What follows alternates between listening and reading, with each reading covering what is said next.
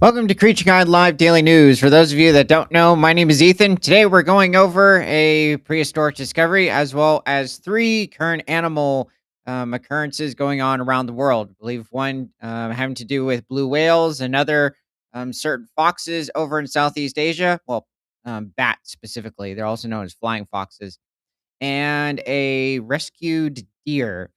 So we are streaming on both Rumble, YouTube, and Kick. Let's see. We seem to have possibly some discovery going on with a large species of pterosaur somewhere in the world. This almost seems like a scenario that would occur over in the Hatzeg Basin of Central Europe, over and adjacent to Hungary. Let's take a look. So, new pterosaur species discovered in Japan. Wow. Okay, this is really good to see. Paleontologists have announced the discovery of a new species of Quetzalcoatline Asdarchid pterosaur, Nipponopterus myfunensis, from the late Cretaceous of Japan. So the Asdarchids were the largest group in terms of size of pterosaurs to exist during the Mesozoic era, or the time of the dinosaurs.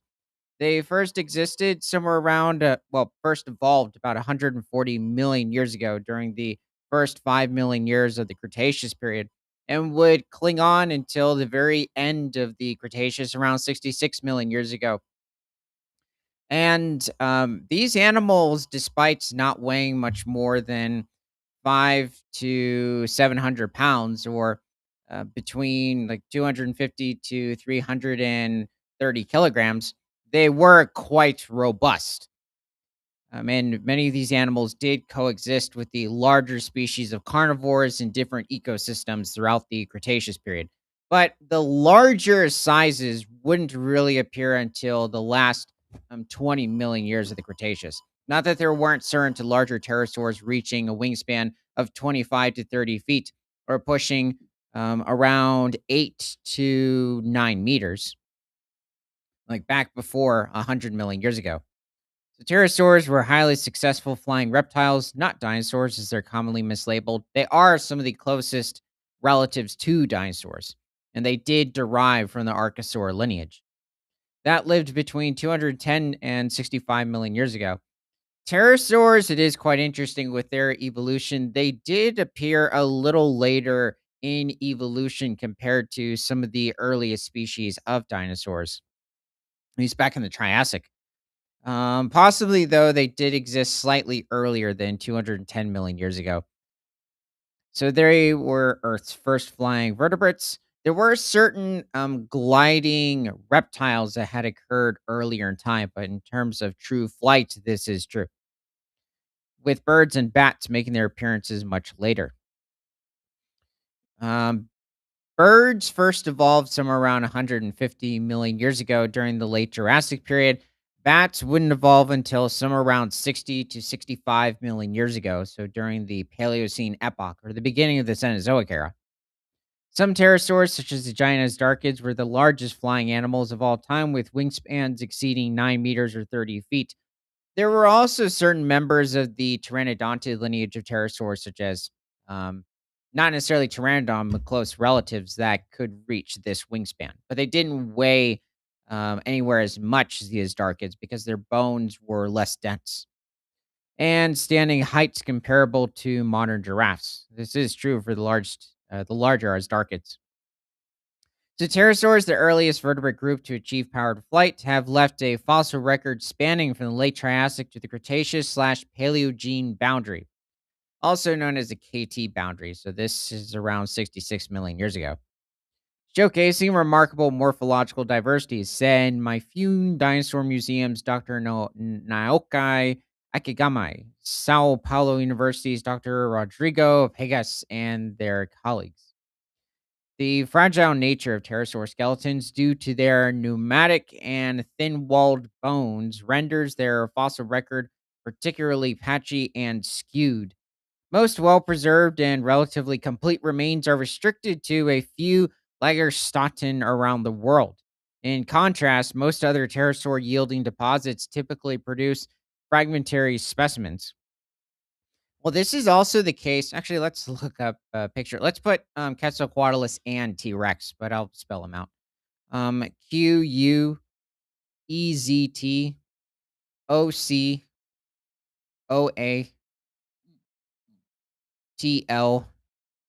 Queztocoatlus. It should come up. Oh, well, I was going to say with T Rex. Um, or well, I mean, there's probably going to be different pictures of just himself, but it's just There's that. no T Rex in these pictures. Well, it's probably because we didn't include him, but Oh, wait a that's minute. Huh. well. The thing is that there. Oh, well, this is actually a good picture. We so far it doesn't look like we have any confirmed Quetzalcoatlus skeletons or specimens in the same fossil formations as T Rex has been found in, but there have been different fragmentary large pterosaur bones that have been discovered over in the Hell Creek Formation of Montana, which is where T Rex has been discovered as well. And as you also have Triceratops and Montosaurus has been discovered there. When it comes to Quetzalcoatlus, it was discovered back in 1971 by paleontologist Douglas Lawson over in the Javelina Formation of the Big Bend National Park over in West Texas. There is also another specific fossil formation over in West Texas in which Quetzalcoatlus has been discovered, and supposedly over in some area of Mexico. But it is very likely that Quetzalcoatlus coexisted with T Rex back in the late Cretaceous period. This is definitely the tallest, at least when it comes to specifically Quetzalcoatlus nothropi, is the tallest pterosaur that we have discovered, as well as having the longest wingspan, pushing somewhere between 36 to 43 feet in length. Is this the same one that's in HMNS? Yes, or somewhere around 11 to 13 meters. And probably pushing around 18 feet in height or around 5.3 meters. So, though the animal probably weighed somewhere around 400 to 500 pounds, or some around 180 to 230 kilograms, but still quite robust. And it did not need help from the wind, unlike what certain theories were back in the 1800s as well as early 1900s, is that every species of pterosaur except Quetzalcoatlus had not been discovered yet, as well as a wide variety of different species of Asdarchids, pterosaurs in general. Um, but it was theorized that they needed the wind to help lift them off into the air in order to gain flight momentum. But Quetzalcoatlus had the ability to efficiently push itself or propel itself into the air. Also, it did not live off of the edges of cliffs, simply too big. But it also hasn't been found in certain areas that would indicate that it lived off of just simply a sea cliff shore. It seems to have inhabited different massive flat open areas or certain open woodlands, even swamps in the late Cretaceous of Texas. And it probably seems to be even Montana itself. But at least what's another thing? There was another species of Asdarchid pterosaur closely related to Quetzalcoatlus. I want to go back to that. Let's just go back to the other picture with. There we go, T Rex. Um, there was another species found over in 1995, specifically the Croacodon, but it wasn't until in recent years that the genus was named, but it was described somewhat by paleontologist Philip Curry over in the Dinosaur Park Formation of Alberta, Canada. And it seems to be one of the closest relatives to Quetzalcoatlus nathropi. But it does seem to be that, this animal, as well as the Central European individual, Hatzegopteryx, or the Central European species, existed around the same time, if not maybe slightly earlier than Quetzalcoatlus over in Central Europe. But, at least this Japanese pterosaur that they have discovered, at least by the painting, seems to have a more of a Quetzalcoatlus sort of physique compared to Hatzegopteryx, mainly because Quetzalcoatlus has a very thin and narrow pointed sort of. um, or just at least a narrow positioned beak. And it also has a much thinner sort of a neck compared to Hatzegopteryx, which was much more muscular and had a much wider beak. Another thing when it comes to Quetzalcoatlus is it has an enormous breastplate or an enormous, or I guess, breastbone, also known as the sternum, which would have helped or connected all of these different muscles that would have associated with the powered flight. And they were also very likely capable of running to an extent on land. But it's very, That what is that?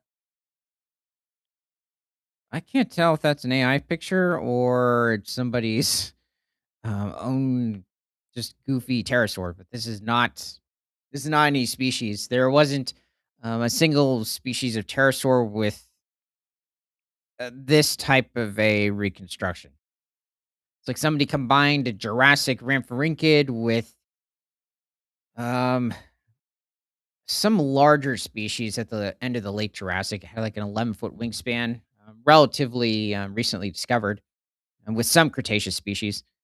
Yeah, this is a bit of an older model, at least like probably early 2010s of a Quetzalcoatlus. It still seems a bit off-centered, though the forelimbs were longer compared to the hind limbs, much like with what we see in certain species of sauropod dinosaurs such as Brachiosaurus, but in some instances maybe to a slightly greater extent. Sarah Rogers says you're her favorite YouTuber. I assume it's a her. I appreciate that. Now, when it comes to the tail size of Quetzalcoatlus, this animal, this refers to most species of Cretaceous pterosaurs. They had fairly small tails compared to their body size, and it's also a big question as to what they would have been used for. Or simply, what was their purpose? Considering pterosaurs back in the Jurassic periods as well as the Triassic periods had very long tails compared to their body size, and they also ended in very different shaped, um, there's a specific term for it, but it's not hitting me. When you look at the Ramphorhynchid pterosaurs, they tend to end somewhat diamond-shaped sort of a look. Okay, let's head back to the, article. So the fragile nature of pterosaur skeletons due to their I already said that. Okay, so as an example of this, the Japanese pterosaur record is extremely scarce. Oh yeah, there are very few, if any, pterosaur specimens that come from Japan. And I would say even dinosaurs aren't necessarily common in the country, but they do occur. We have found different species of smaller ceratopsians existed over in Japan, certain species of medium-sized hadrosaurs, fragmentary remains of certain a mysterious tyrannosaur species that have existed over in the country as well during the late Cretaceous, and certain smaller species of sauropods. What I mean by small is at least pushing around 8 to 11 tons. But for sauropods, that's not large. So the first specimen found in Japan derives from the Yizo. Let's see. I almost said what's that mafia over there? Kisma. The Yakuza? Yeah, from the Yizo group in Hokkaido and represents an indeterminate pteranodonted comprising. Whoa! Oh, okay, interesting. So they don't know what it is. Comprising a partial femur, metatarsal, pedal phalanx, and caudal vertebra. So here are the bones. Those are drawings. Yeah. The sixth cervical vertebra of Nyponopterus myfunensis. The newly identified species was a member of Quetzalcoatlinae, a subfamily of the pterosaur family as Darkidae. As Darkids represent a very particular pterosaur clade, especially notorious for including the largest flying organisms ever, such as the 10 to 11 meter or 33 to 36 foot wingspan of Quetzalcoatlus northropinae, the Arembergianae philadelphinae, and Hatzegopteryx thembemi. Ember Embergernii. Wonder if he was specifically found in Pennsylvania or it's a specific fossil formation with Philadelphia in it, considering It's in his species name. The clade, as Darkadai, is most remarkably characterized by their elongated cervical vertebrae, so referring to the neck vertebrae, with reduced neural spines, and are found extensively across pterosaur communities from the Turonian to the Maastrichtian age worldwide. So basically, from the beginning of the late Cretaceous um, to the end of the late Cretaceous, but you could even say the early Cretaceous as well. They're just not very common in the early Cretaceous. They represent the most diverse and widespread group of pterosaurs during the late Cretaceous. That is quite true. There were still a wide variety of other different families of pterosaurs in which animals like the more famous Pteranodon belong to. Named Nipponopterus maifuensis, the new species lived in what is now Japan around 90 million years ago. Oh, this is a much older species of Asdarkid. I was assuming this was like around 67 to 71 million years ago. This was existing somewhere around 22 million years before Quetzalcoatlus. So that's quite astounding. Nipponopterus maifunensis represents the first nominal species of pterosaur from Japan. Well, I mean, that's um, quite relieving. This new species shows numerous Quetzalcoatline features, being strikingly similar to the unnamed Berkant as Darkid from the Turonian and Konyakian of Mongolia. So, this specific age in the Cretaceous. You had it where 90 million years ago, some of the largest species of Kygnathed. Wait a second, I'm trying to make sure I'm not confusing that with another lineage of Archosaur. Basically, you had some of the largest oviraptors existing over in Mongolia at this point, as well as northern China, such as Gigantoraptor. It's a bit of a debate as to what specifically it was feeding on, but it seems to be it was probably just an herbivore for the most parts, possibly scavenging now and then. A partial sixth cervical vertebra of Nipponopterus maifunensis came from outcrops of the Maifun group near the Amagami Dam, Maifun Town, Kumamoto Prefecture, on the Japanese island of Kyushu. Okay, let's look up Gigantoraptor, which did not exist in Japan. It was specifically over in different, more lush regions of Mongolia. So Gigantoraptor.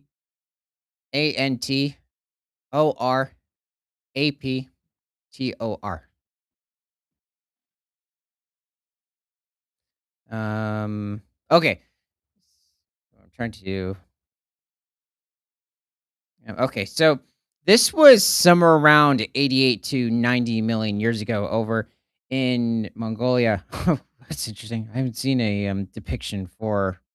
Oh, this is Ark Survival Ascended. Okay. Oh, I didn't even look. I just I mean, it's fine. They gave it a more of like a cassowary like crest or almost head horn to an extent, listed. which is interesting. Yeah, I guess it's a bit of slightly older depiction. Interesting how the arms are displayed in this image. They're rather delicate in structure. This is almost similar to certain species of Microraptorid dromaeosaurs back earlier in the Cretaceous, around 125 million years ago, over in China. I guess you could say it's also a bit of debate as to what even the arms might have been used for. Okay, Um, here are your favorite pictures. yeah, this AI guy looks like somebody mixed a giant trima and some larger kynathid oviraptorid and yeah, blended them. Horrible. Okay, let's go back to that other picture. Wait a minute. Oh, okay. Interesting. Okay, so they're reconstructing him with that specific sac. With certain types of dinosaurs, especially with like members of the Coelurosaur group, you could just say theropod group in general, even the sauropods, it's actually been shown in certain depictions of almost every lineage of dinosaur, even the stegosaurs, the ankylosaurs. Okay, ankylosaurs maybe not so much, but there are certain lineages of archosaurs in general. So the group of reptiles in which dinosaurs, pterosaurs, certain marine reptiles, crocodilomorphs derive from that do not possess this specific type of a trait. when looking at their cervical vertebrae, and it just wouldn't have Okay, I existed. got Now, with lost. What are you talking about? having this sac, like with what you see in different Galapagos Oh, here? birds, or even if you're looking at like You certain, you referencing this? yeah, Okay. that giant sac. Wait, I got one. I have one that looks like it lost its mind. Oviraptors might have. Yeah, he definitely has. It's definitely an older. Oh, it's supposed to represent a Gigantoraptor. Yep. Yeah, there probably was a somewhat more muscle on the animal, but it's still, when looking at the neck, the tail would have been quite thin to an extent, but not necessarily this thin. It almost seems like the animal could not support its neck with this thin of this long and thin of a neck. Wait, there's Just another nut one. slightly more muscle. It's one thing if it was maybe a much shorter neck, but it's not. Oh, I think it's him, but it's just from the front view. Yeah, these are extremely skinny. But I guess for the time it was, somebody just working on it, it's not bad. But yeah, also lacking on feathers to a major extent too. But yeah, goofy and a bit terrifying too. Hmm. But these were likely just herbivores. They might have been feeding on certain types of seeds and nuts, and maybe occasionally munching on certain amphibians or lizards. But we are referring to an animal that was somewhere between 26 to 30 feet in length, or some around 8 to 9 meters, and also reaching a height of around 16 feet, or pushing well over 4.8 meters, and probably weighing around 2 to 3 tons. So it's likely not just feeding on a few amphibians, little amphibians and lizards. Maybe if it has access to like the larger temnospondyl amphibians, except when Gigantoraptor evolved, those temnospondyl amphibians had already been extinct since the beginning of the Cretaceous period. So that was impossible. Maybe it was feeding on certain crocodilomorphs, but that's also quite questionable. Would have been rare too. Okay, let's head back. How did I get to him? Oh, they mentioned Mongolia. So the specimen was found within the middle part of the upper formation of the Myfune group in a coarse lens-shaped sandstone bed, 30 centimeters or 12 inches in thickness, and placed between two tough layers. Wonder what's referencing by tough. Maybe specifically when it comes to like certain regions of the members of the fossil formation. I'll have to double check on that. Okay. Well, let's head forward in time and to another part of the world. Wait, wait. What? Oh, right. Gigantoraptor did also coexist with different species of tyrannosaurs, but much smaller compared to T Rex. Um, yeah, Quetzalcoatlus really wasn't a threat to a full-grown T Rex. A baby, yes, but the Tyrannosaurus Gigantoraptor coexisted with were fairly small in comparison to it. Okay, but heading on to some mammals from newsinfo.inquirer.net. 160,000 flying foxes found in Cotabato Forest. That sounds like the Philippines. Well, here are the bats. Well, okay. There are also over in the Philippines around 85 species of native bat to the area. And the world in general hosts around 1,000 different species of bat. These bats look like leaves. Yeah, they do. It's almost like certain species over, I think, off of Madagascar or certain islands off the coast of East Africa, as well as even interior Africa in general, especially East Africa. I'm guessing these are some type of a fruit bat, but there's certain larger bats that'll feed on insects too. But what was that bat that grabs the birds and tears them apart midair? Yeah, over in I think certain parts of Germany and Switzerland. I don't remember. Some smaller bat species that they're able to put small cameras on. Around 160,000 flying foxes were documented in a forest in Bansilan, Cotabato, following a 2-day population count and roost site assessment last month. The monitoring was conducted by the Department of Environment and Natural Resources, 12 Community Environment and Natural Resources Office Mid-Sayap, in partnership with the Municipal Environment and Natural Resources Office, Barangay local government units, and on the job trainees from Notre Dame of Matsayap College. Geez, Philippines, now you've just taken over India for naming pronunciation. The assessment, which was done from April 29th to 30th, focused on flyout counts and evening dispersal patterns at the roost site. It identified 3 species in the area: the critically endangered golden crowned flying fox, the endangered large flying fox, and the island flying fox. Evening dispersal counts showed a rush hour beginning at around 5:30 p.m. and peaking at about 5:50 p.m., when hundreds of bats per second filled the sky until nightfall. I guess this is during that occurrence, like this part of the day when all of the bats are finally leaving the cave and heading towards a certain area to feed on insects, possibly. That like Austin?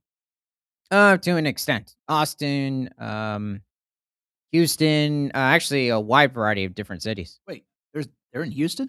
There are. They took a bit of a hit during Hurricane Harvey, but they're still there. Under the Wow Bridge. I forgot the name of the bridge over in Austin. Researchers also noted a behavioral shift, with bats flying higher above the forest canopy compared with previous low level navigation.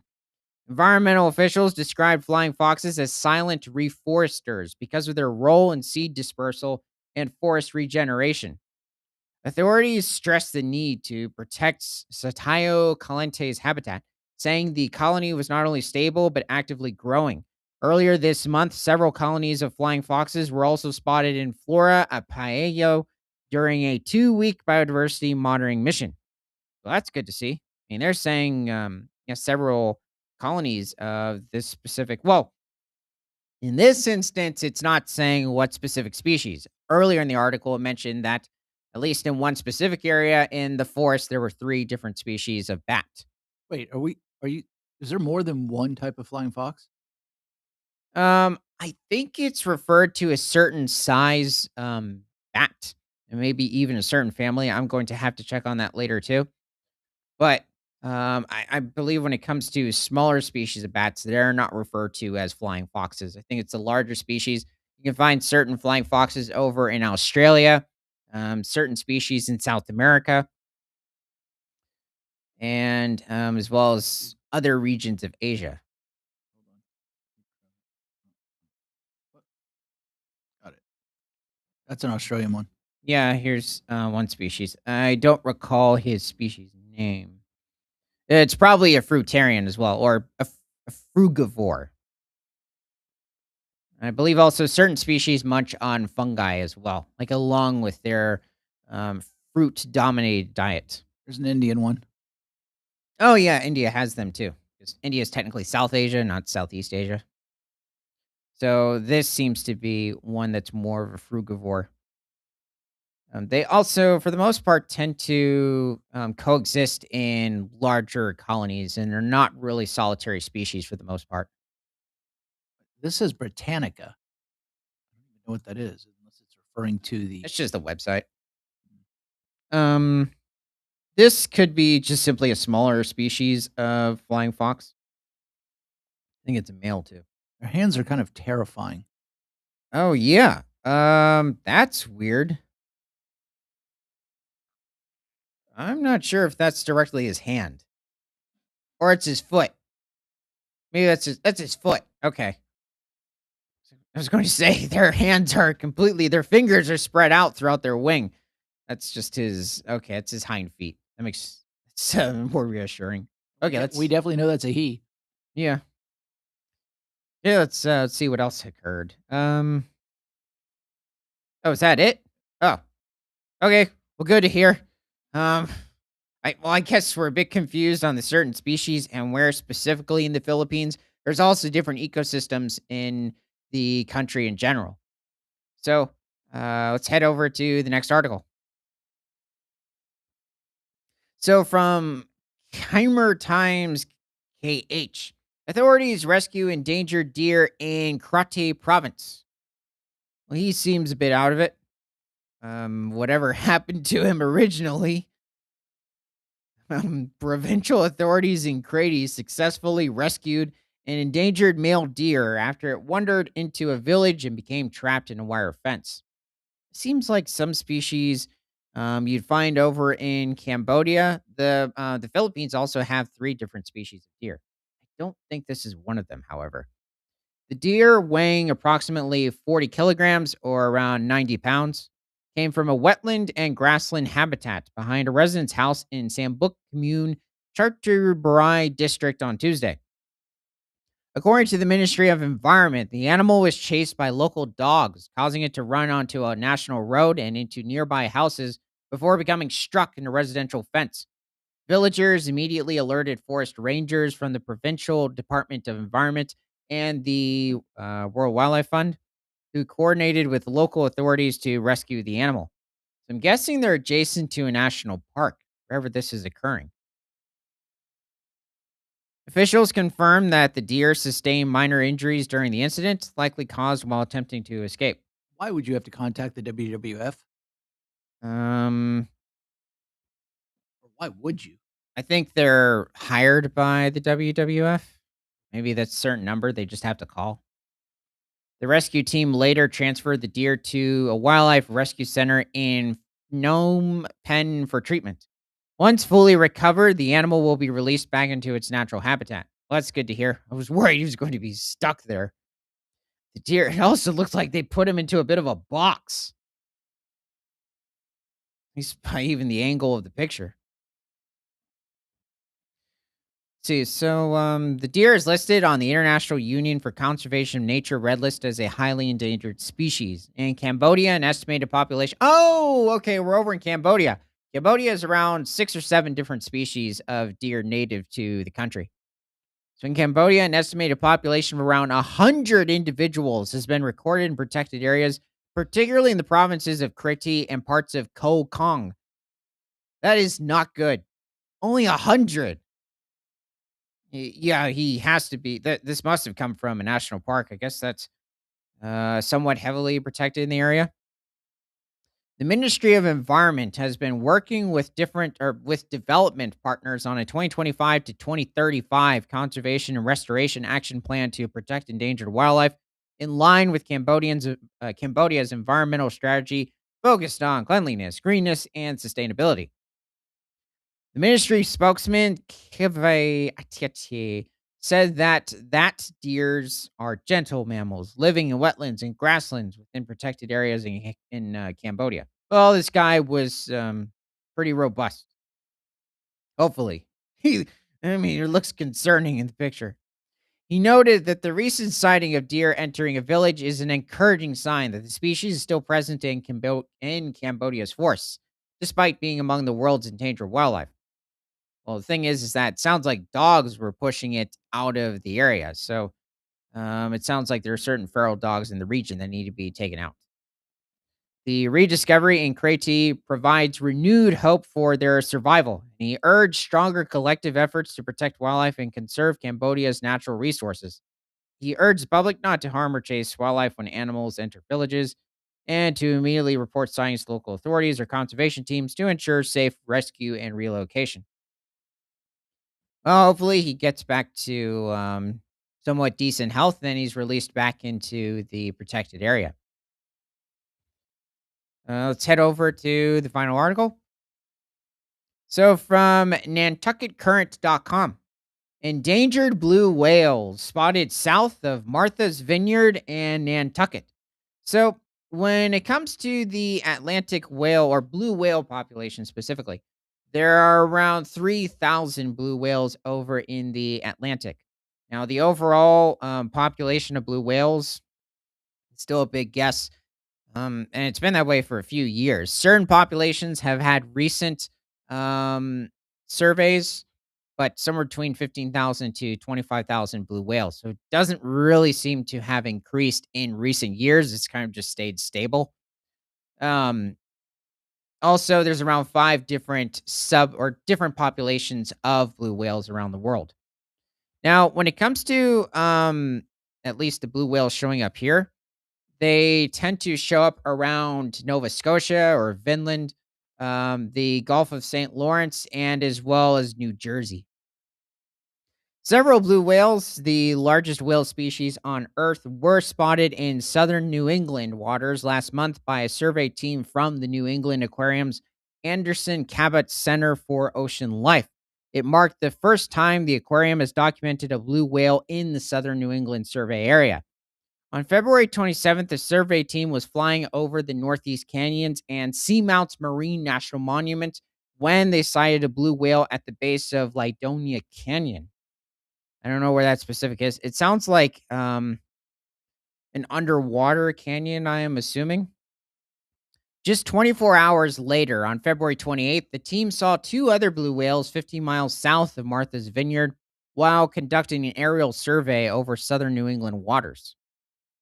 I think also many people will confuse blue whale in quote, I guess you could say pods with like dolphin pods, which or even orcas or killer whales.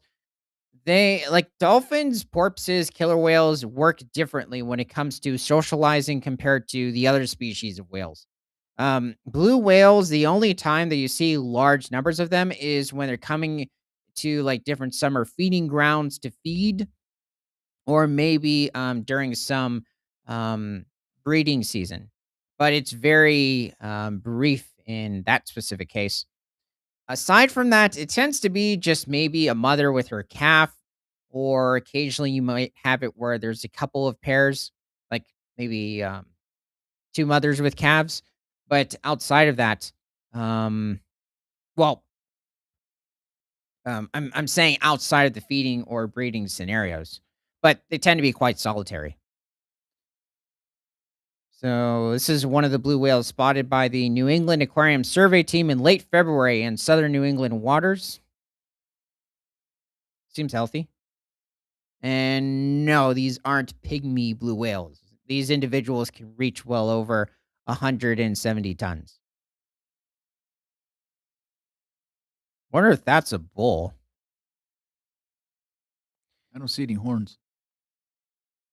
Also, when it comes to blue whales and how long they can hold their breath for, it's like many species of whales that tend to hang out in more shallow waters, or at least not necessarily shallow water, but they hang out closer to the surface, not necessarily like sperm whales or even the curvier's beaked whale, which can dive much further down and also hold their breath for somewhere between an hour to 2 hours.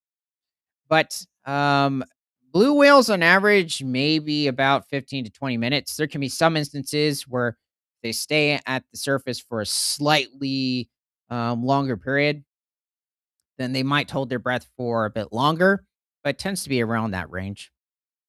Seeing blue whales outside of their Canadian feeding grounds is rare in the Atlantic, said Catherine McKenna, associate scientist in the aquarium's Anderson Cabot Center, who was aboard both survey flights. Finding them in two different areas of the ocean just 24 hours apart was a first for us. Blue whales are an endangered species, but little is known about the western North Atlantic population. It is thought that this population may consist of only 400 to 600 individuals. That's what I thought. I mean, that's about the population that I've heard of recently, except I might have heard it increase to about 400 to 700 is the estimate. They are best studied in their summer feeding grounds in the Gulf of St. Lawrence, Canada. Sightings outside of this area are relatively uncommon. The aquarium had sighted blue whales in New England waters just two other times before now. Once in the monument in 2020. Monument? It's a specific area. And once off the coast of Maine in the fall of 2023. Other research teams in the area have also sporadically sighted blue whales in New England. Oh, that's where it traveled. Wow. That was quick. Jeez. I mean, I know it's a blue whale, but still quite impressive. Oh, here are the canyons. Wow. That is much further out. I haven't really taken a look into underwater or ocean canyons. George's Bank. I've heard this is people fish here. Uh, I think they talked about it in what was that movie? Jaws. No, no, no, The Perfect Storm, where where the boat went down. Most of the story was made up because the boat sank. They were fishing. They were a commercial fishing thing. I might have been confusing with that one where there was some monster on the ship eating people. No. Um, but yeah, wow. I mean, 170 miles, or was that pushing? Well over 300 kilometers. Okay, here seems to be. I was wondering. So it is. It says two blue whales and a fin whale in southern New England waters.